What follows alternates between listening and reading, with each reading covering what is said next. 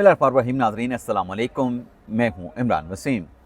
नाज़रीन, chief justice ज़ियाया Afridi ने notice लिया है एक अहम मामले का। ना सिर्फ नोटिस लिया गया है बल्कि नोटिस लेने के बाद वार्निंग भी चीफ जस्टिस ज़ियाया अफरीदी की जानिब से जारी कर दी गई है। ये क्या मामला है, एक तो इस खबर की डिटेल आप देखने वालों के साथ शेयर करेंगे। दूसरी खबर, जस्टिस मंसूर अली शाह ने रिमार्क्स दिए हैं आइनी बेंचेस के हवाले से।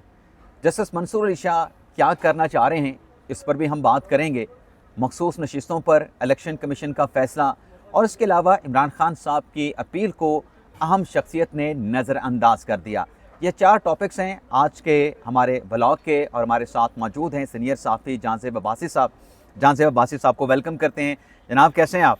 अल्हम्दुलिल्लाह, बिल्कुल ठीक। आप सुनाएं, खैरियत से हैं? किस खबर से अपने ब्लॉग का हम आगाज़ करें? मेरे ख्याल से ये जो इमरान खान साहब ने एक ख्वाहिश का इजहार किया था और वो ख्वाहिश उस अहम शख्सियत तक पहुँचाई भी गई थी कि बानी पीटीआई जो हैं आपसे मुलाकात करना चाहते हैं, और वो शख्सियत है जनाब मौलाना फजल रहमान साहब। मौलाना फजल रहमान साहब ने इमरान खान साहब की अपील सुनी और सुन के अनसुनी कर दी। इमरान खान साहब क्यों मौलाना फजल रहमान साहब के साथ मुलाकात करना चाह रहे थे? माजी में तो यही इमरान खान साहब थे जो मौलाना फजल रहमान के ख़िलाफ़ जो है वो ऐसे फतवे जारी करते थे कि शायद सुन के लोगों के कानों से धुआं निकलना शुरू हो जाता था। तो अब क्यों मुलाकात करना चाहते हैं और मौलाना साहब ने क्यों इनकार किया? इमरान सिर्फ मौलाना फजल रहमान नहीं हैं, और भी बहुत सारी पॉलिटिकल पार्टीज़ ऐसी हैं थोड़ा सा लाउड, जिनके ख़िलाफ़ बहुत ज़्यादा ट्रोलिंग पाकिस्तान तहरीक इंसाफ की जानिब से की जाती रही है माजी में। महमूद खान अचकज़ई की मिसाल हमारे सामने है। आपको याद होगा वो डी चौक पे बाकायदा इमरान खान नकलें उतारते थे, वो दुपट्टा लेके और ऐसे ऐसे। हालांकि वो एक ट्रेडिशन थी महमूद खान अचकज़ई साहब, बलूचिस्तान का कल्चर है। जी। तो अब उसके साथ साथ मौलाना फजल रहमान साहब के ख़िलाफ़ भी बहुत ज़्यादा ट्रोलिंग पाकिस्तान तहरीक इंसाफ जो है वो करती रही है। अब मुलाकात वो क्यों करना चाह रहे हैं? आपको याद होगा एक वो तहफ़्फ़ुज़ आईन पाकिस्तान टाइप की एक मूवमेंट भी शुरू हुई थी। आप आ गए हैं पॉइंट पे। हाँ जी, और उस पर मेरी इत्तला के मुताबिक भी यही जो पाकिस्तान तहरीक इंसाफ के कारकुनान की जानिब से जो मिसबिहेव किया जाता है, उस इशू को सामने रखते हुए ही इन सियासी रहनुमाओं ने जो है वो तहफ़्फ़ुज़ात का इजहार किया है। एक जलसे में जब महमूद खान अचकज़ई साहब शरीक हुए, उस वक्त भी उनके साथ कोई नाखुशगवार वाक़यात पेश आए, और फिर उस पर भी उन्होंने बाकायदा शिकायत की कि जो कारकुन हैं उनको कुछ अखलाकियात के दायरे में रहना चाहिए। अब मौलाना फजल रहमान साहब ने भी बज़ाते ख़ुद मेरे ख़्याल में पीटीआई के से इस कुर्बत हासिल करके एक कीमत चुकाई है, और वो कीमत उन्होंने ये चुकाई है कि जेयूआई फ़े के अपने अंदर भी इस मामले पे कहीं ना कहीं ये इख्तलाफात रहे हैं कि कारकुन जो हैं, गो के एक लीडर जब कोई फ़ैसला करता है तो ना चाहते हुए भी, बददिली के साथ भी बाज़ औक़ात कारकुन जो है वो अपने पार्टी के जो कायद होता है उसके साथ चल पड़ते हैं, उसके फैसले के साथ चलते हैं लेकिन बहरहाल वो ये इख्तलाफ ज़रूर रखते हैं। तो यही मुझे तो कम अज़ कम यही पता चला है कि within the party JUI F के अंदर भी इस मामले पे आज तक ये डिबेट चल रही है कि हमें इमरान खान का साथ देना चाहिए और क्यों देना चाहिए, जबकि माजी में वो इस तरह से ये कुछ करते रहे हैं। और अहम बात यह है कि इमरान खान ने ख़ुद भी जो कुछ कहा मौलाना फजल रहमान साहब के बारे में, उसके ऊपर कहीं ना कहीं कोई अफसोस का या नदामत का इजहार नहीं किया गया। तो अब इस सूरत हाल में बहरहाल इमरान खान जो हैं वो ये बात भी पहले चली थी कि कोई मुलाकात होने जा रही है।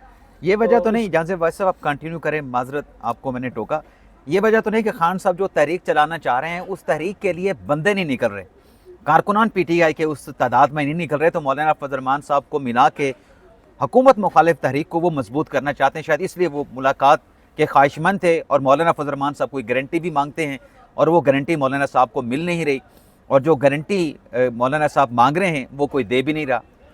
असल मसला जो मैं समझ रहा हूँ ना, वो ये है कि इमरान खान जो तहरीक की बात कर रहे हैं, उस तहरीक का मकसद क्या सिर्फ इमरान खान बचाओ तहरीक है, या सिस्टम के अंदर एक तब्दीली ला के, या ख़ुद को मतलब वन पॉइंट एजेंडा कि इमरान खान ही मुल्क के वज़ीर आज़म होंगे या पीटीआई ही इक़्तिदार में होगी। वन पॉइंट एजेंडा तो एक ही है उनकी तहरीक का, इमरान खान साहब की रिहाई। इमरान खान की रिहाई। تو یہ وہ ساری چیزیں ہیں جس کے اوپر کہیں نہ کہیں مسٹرسٹ ود ان دی جو اس وقت کی اپوزیشن ہے اس کے اندر موجود ہے. کہیں نہ کہیں ہو سکتا ہے مولانا فضل الرحمان صاحب کو یہ خدشہ بھی ہو کہ موومنٹ بنے، سب کچھ ہو، اور اینڈ میں پتہ لگے کہ پورے سسٹم کو عمران خان نے ہائی جیک کر لیا ہے، مولانا صاحب نے پلے ککھ نہیں رہا، یا ان کو ملا کچھ بھی نہیں. تو یہ وہ سارے ایلیمنٹس بہرحال ہیں جو ساتھ ساتھ چل رہے ہیں. اور ماضی میں بھی ہم نے اس معاملے کے اوپر بہرحال یہی مسٹرسٹ دیکھا ہے. بالخصوص عمران خان جو ہے وہ ایک تاثر یہ دیا گیا کہ بہت بڑے مزاحمتی سیاستدان کے طور کے اوپر ابھرے ہیں، لیکن ساتھ ہی پھر انہوں نے یہ بیان بھی دینا شروع کر دیا کہ میں بات کروں گا تو صرف آرمی چیف سے ہی کروں گا. تو پھر وہ جو مزاحمت کے اس کے ساتھ جو فالو کرنے والے لوگ تھے وہ بھی پھر سوچ میں ہی پڑ گئے. یہ ایک صفحہ ڈھونڈ رہے ہیں عمران خان صاحب، یہ بھی ایک صفحے پہ یہ بھی ایک بنیادی فرق ہو سکتا ہے یا ایک بنیادی اختلاف ہو سکتا ہے کہ مولانا صاحب ان کے ساتھ بات نہیں کرنا چاہ رہے جن کے ساتھ عمران خان صاحب بات کرنا چاہتے ہیں، بات کرنے کے خواہش مند ہیں. یہ جو مخصوص نشستوں کا معاملہ ہے، کیونکہ تحریک انصاف کی بات ہو رہی ہے، تو مخصوص نشستوں کے معاملے پر بھی ہم یہ دیکھ رہے ہیں کہ تحریک انصاف پشاور ہائی کورٹ سے رجوع کر رہی ہے کہ سینٹ کا الیکشن کروایا جائے. سپریم کورٹ کا فیصلہ موجود ہے اور الیکشن کمیشن مخصوص نشستوں کے اوپر فیصلہ نہیں کر رہا، اس پر عمل درآمد نہیں کر رہا. دوسری جانب ہم دیکھتے ہیں کہ سپریم کورٹ کے تفصیلی فیصلہ جاری ہونے کے بعد الیکشن کمیشن نے بڑے میراتھن سیشنز کیے، مشاورت کی. اب دو چیزیں الیکشن کمیشن کے سامنے ہیں، ایک سپریم کورٹ کا فیصلہ ہے، دوسرا جو ہے الیکشن ایکٹ میں جو حکومت نے امینڈمنٹ کی ہے. ان دونوں چیزوں کی موجودگی میں کیا وجہ آپ کو نظر آتی ہے کہ الیکشن کمیشن کا جو فیصلہ ہونا چاہیے کہ آپ نے مخصوص نشستیں تحریک انصاف کو دینی ہے یا مخصوص نشستیں جن کو آپ نے پہلے الاٹ کی تھیں الیکشن ایکٹ میں ترمیم کے بعد انہی کو ریسٹور کرنا ہے، الیکشن کمیشن کیوں فیصلہ نہیں کر پا رہا؟ وجہ کیا ہو سکتی؟ دیکھیں، الیکشن کمیشن کا تو موقف بہرحال یہ کلیئر ہے کہ آپ ریویو فکس کر دیں ہیئرنگ کے لیے، اور وہ سپریم کورٹ سے جو ہے وہ ریویو انہوں نے فائل کیا ہوا ہے. اب یہ 26ویں ترمیم کے بعد کی صورتحال تبدیل ہو چکی ہے. اب یہ ریویو والے معاملات جتنے بھی ہیں یا انٹرا کورٹ اپیلیں ہیں، اب یہ جائیں گی آئینی بینچز کے اوپر. آئینی بینچز کے معاملے پہ ابھی تک جو ہے وہ صورتحال کلیئر نہیں ہو رہی کہ 3 رکنی کمیٹی کا اجلاس کب ہونا ہے، کب وہ معاملہ ڈسکس ہوگا، کب اس کے اوپر بینچز بنائے جائیں گے. تو اس کا حل جو سابق چیف جسٹس قاضی فائد عیسیٰ صاحب نے گرمیوں کی چھٹیوں سے پہلے دیا تھا کہ آپ اس کا ریویو فکس کر دیں، حل اس کا یہی ہے. اور اگر ریویو میں یہی فیصلہ فرض کریں برقرار رہتا ہے تو پھر ٹھیک ہے، الیکشن کمیشن کو اس پہ امپلیمنٹ کرنا چاہیے. لیکن پھر بھی تو قانون الیکشن ایکٹ والا اس کے سامنے رہے گا نا، اس کے مطلب سپریم کورٹ کے فیصلے پر عمل درآمد کرتے ہوئے آئیں گی وہ ترمیم.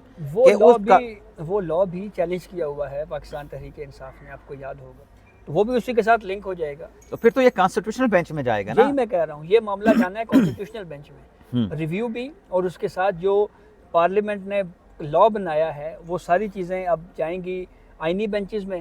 آئینی بینچز اب پتہ نہیں کب بنیں گے.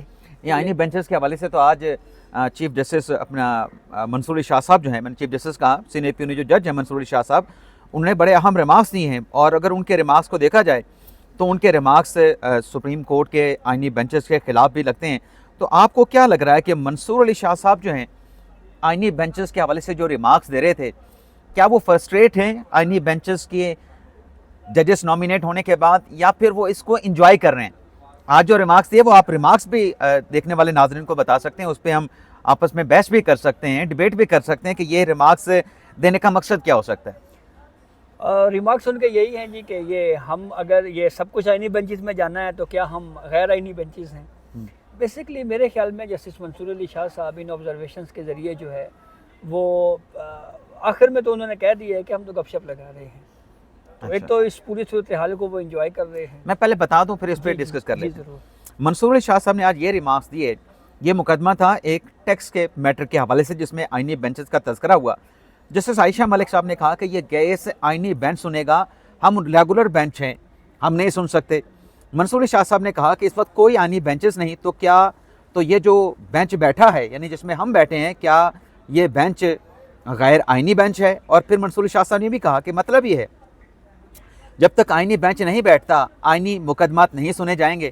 اور پھر منصور علی شاہ صاحب نے کہا کہ ہم اس کیس کو سن بھی لیں، یعنی یہ جو کیس جس میں وکلا کہہ رہے ہیں کہ آئینی بینچ کو جانا چاہیے، मंसूर अली शाह साहब बड़े अहम रिमार्क्स दे रहे हैं कि अगर हम इस केस को सुन भी लें तो क्या होगा। चलें, अगर हम इस केस का फैसला खुद कर देते हैं तो हमें कौन रोकने वाला है। यानी आईनी बेंचेस में अगर केस नहीं जाता, हम इस केस को आईनी बेंच में नहीं भिजवाते, खुद सुन के फैसला कर देते हैं, तो हमें कौन रोकने वाला है। नजर सानी भी अगर हम फैसला करते हैं तो हमारे पास आएगी, तो हमें कौन रोकने वाला है। और अगर हमसे कोई पूछेगा भी, नजर सानी जब हमारे पास आएगी तो हम कह देंगे कि हमारा अपना दायरा अख्तियार है। और फिर मंसूर शाह साहब ये भी कहते हैं कि आईनी मुकदमात रेगुलर बेंच नहीं सुन सकता, वकला की तरफ से कोई मामनत भी नहीं आ रही, थोड़ा वक्त दे दें तो देखते हैं क्या होता है। जस्टिस आयशा मलिक साहब ने कहा कि आइन के आर्टिकल 2A के मुताबिक प्रैक्टिस एंड प्रोसीजर कमेटी इसका फैसला करेगी, जिसमें अभी वक्त लगेगा। प्रैक्टिस एंड प्रोसीजर कमेटी इसका फैसला करेगी कि ये आईनी मुकदमा आईनी बेंच सुनेगा या फिर रेगुलर बेंच में सुना जाएगा। मंसूर अली शाह साहब कहते हैं कि हम आपकी गुजारिश पे कोई नुक्ता नज़र नहीं दे सकते, इस केस को मुलतवी कर देते हैं। और फिर मंसूर अली शाह साहब ने, जैसे कि अभी जांजिब अब्बासी साहब ने कहा कि हम तो ये सिर्फ गपशप लगा रहे थे, और फिर केस के समाअत को मुलतवी कर दिया गया। इन रिमार्क्स को आप जांजिब अब्बासी साहब कैसे देखते हैं? ये मुझे तो ऐसा लगता है या तो मंसूर अली शाह साहब इस कॉन्स्टिट्यूशनल बेंचेस को एंजॉय कर रहे हैं, 26वीं आईनी तरमीम को एंजॉय कर रहे हैं, या फिर वो फ्रस्ट्रेट हैं कि वो चीफ जस्टिस बनना था, 26वीं आईनी तरमीम के बाद चीफ जस्टिस नहीं बन सके। जस्टिस मंसूर साहब के पास अब सिवाय इंजॉय करने के रह क्या गया है। अब देखिए, मोस्ट सीनियर जज ऑफ सुप्रीम कोर्ट थे, चीफ जस्टिस ऑफ पाकिस्तान बनना था, लेकिन वजातों पे वजातें आना शुरू हो गई।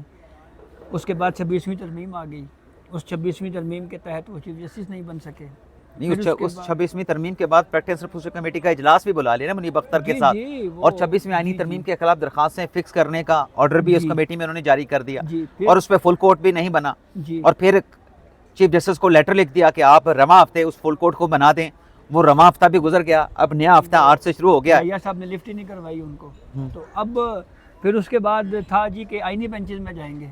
वैसे जैसे मंसूर शाह साहब कह रहे थे कि हम भी सुन सकते हैं, हम भी फैसला दे सकते हैं, हमें कोई रोक नहीं सकता, क्या आइन के तहत 26वीं आईनी तरमीम के बाद ये जो रेगुलर बेंचेस हैं कॉन्स्टिट्यूशनल मैटर्स के मामलात को सुन सकते हैं? नहीं सुन सकते। वो सिर्फ ऐसे ही मैंने को बताया ना कि एंजॉय कर रहे हैं, और उसकी वजह है, मेरे को पता ही है, चीफ जस्टिस वो नहीं बने, आईनी बेंचेस की सरबराही उनको नहीं मिली। अच्छा, और यार अब वो एंजॉय भी ना करें। अच्छा, तो ये हल्के फुल्के अंदाज में वो ऑब्जर्वेशन दे रहे हैं, लाइटर नोट पे। जी लाइटर नोट में, और वो कह भी रहे हैं कि हम ऐसे ही गपशप लगा रहे हैं। मतलब आपको ज़्यादा कोई, मेरे ख्याल में मुझे और आपको ज़्यादा संजीदा इस मामले को नहीं लेना चाहिए।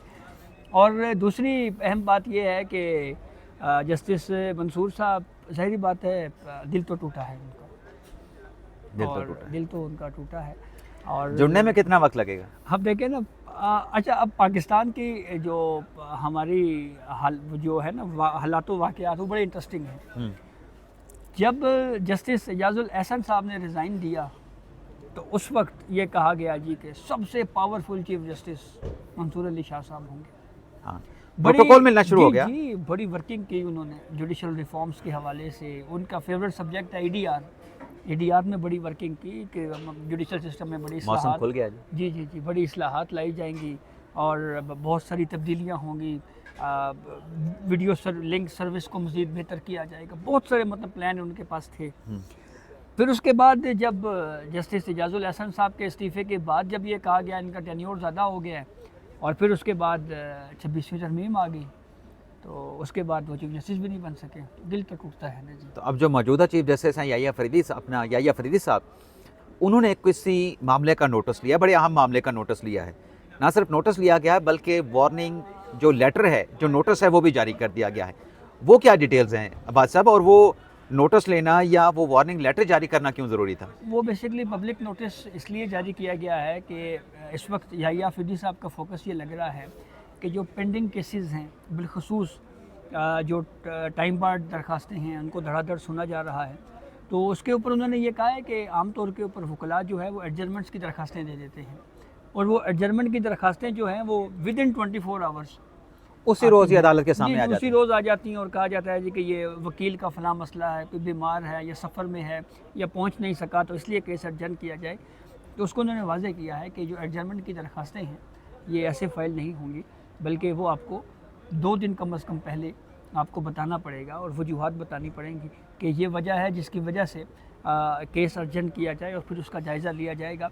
अगर उसी वक्त जब केस लगा हुआ हो अगर कोई एडजर्नमेंट की दरख्वास्त आएगी तो हम उसको कबूल नहीं करेंगे। उसकी एक वजह ये भी है ना, जो उस नोटिस में लिखा गया کہ ایسی ایڈجسٹمنٹ کی اپلیکیشن بھی آ جاتی ہیں کہ وکیل صاحب جو ہیں بیرون ملک ہیں، تو وکیل صاحب بیرون ملک اسی روز تو نہیں چلے گئے، جی کچھ روز پہلے گئے ہوں گے نا، گئے ہیں۔ تو اس روز آ کے وہ ایڈجسٹمنٹ کی درخواست دینا کہ وکیل صاحب باہر چلے گئے ہیں، غیر ملکی دورے پہ چلے گئے ہیں، تو جج صاحبان تو کیسز کی فائلیں پڑھ کے آتے ہیں، تو شاید یہ بھی وجہ ہے۔ اور اس نوٹس میں یہ بھی لکھا گیا کہ جمعرات کے روز، جمعے کے روز سپریم کورٹ کی کاز لسٹ جاری ہو جاتی ہے، جی تو آپ نے التوا مانگنا ہے تو پھر پہلے دے دیں، ایٹ لیسٹ 2 دن کا پہلے ہونا چاہیے۔ جی۔ کیا اس پہ عمل درآمد ہوگا؟ عمل درآمد ہونا چاہیے، ہوگا یا نہیں ہوگا اب یہی ہم نے پچھلے ادوار میں جب چیف جسٹس صاحبان گزرے ہیں اس پہ ہم نے یہ چیزیں دیکھی ہیں۔ یہاں پہ سابق چیف جسٹس قاضی فائز عیسیٰ صاحب کے دور میں بھی، اس سے پہلے بھی ہوتا رہا ہے کہ جو ڈیلے آف جسٹس کے اوپر ہم بلیم کرتے ہیں جوڈیشری کو، کہیں پہ کہیں نہ کہیں اس میں کنٹریبیوشن ہماری وکلاء کی ہے کہ ان کی طرف سے بھی ایڈجسٹمنٹس کی درخواستیں دی جاتی ہیں، جس کی وجہ سے کیسز ڈیلے ہوتے ہیں، اور اگر ایڈجسٹمنٹس اسی طرح پھر آتی رہی ہیں تو پھر سپریم کورٹ کے پاس وہی رستہ ہے کہ وہ کاسٹ یعنی جرمانے عائد کریں، یہی حل ہے اس کا۔ چلیں دیکھتے ہیں، چیف صاحب نے نوٹس تو لیا ہے غیر ضروری التوا کی درخواستوں کا، لیکن اس پہ عمل کیسے ہوتا ہے اور پھر اگر عمل نہیں ہوتا تو پھر ایکشن کیا ہوتا ہے، یہ آئندہ آنے والے دنوں میں پتہ چل پائے گا۔ باقی آپ سے اجازت چاہتے ہیں، اللہ تعالیٰ ہم سب کا حامی ناصر، اپنی دعا میں یاد رکھیے گا۔ اللہ حافظ۔